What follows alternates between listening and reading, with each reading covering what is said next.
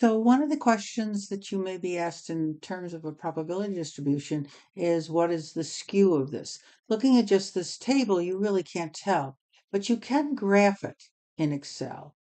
And so if you highlight these first two columns and then you click Insert, and if you just click that button there for a column chart, and you pick the first one, you're going to get a chart that doesn't do you any good. So I'm going to delete that chart. Oops, that's not what I wanted to do. Let me go back and put those things all back in there. So how do I get a chart that is going to show the probabilities? Well, if I go here to charts and I click on this little button here, I'll get more to create a chart. We have to select first. I'm going to go insert and I'm going to select 2D columns or more column charts. And when I do, okay, I have these. I'm not interested in this one. That's the one that's outlined in green here.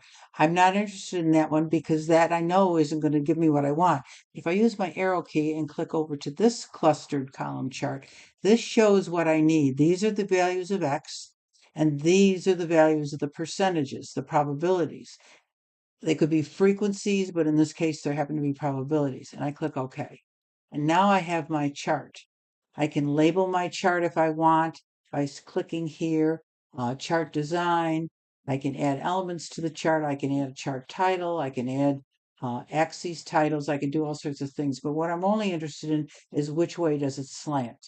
Well, if I look at a picture of, I'll put this down here for a minute. If I look at a picture here, this is what a right skew looks like. The majority of the data is over here on the left, but there are some values that are pulling it toward the higher values of X. And if you see a mean, median, and mode, you will see that the mean will always be greater than median. Well, we're not calculating median here, so that wouldn't be a choice, but on other graphs, you would look for that. So it has a slide to the right. If it is a left skewed, it has a slide to the left because the mean is always smaller than the median.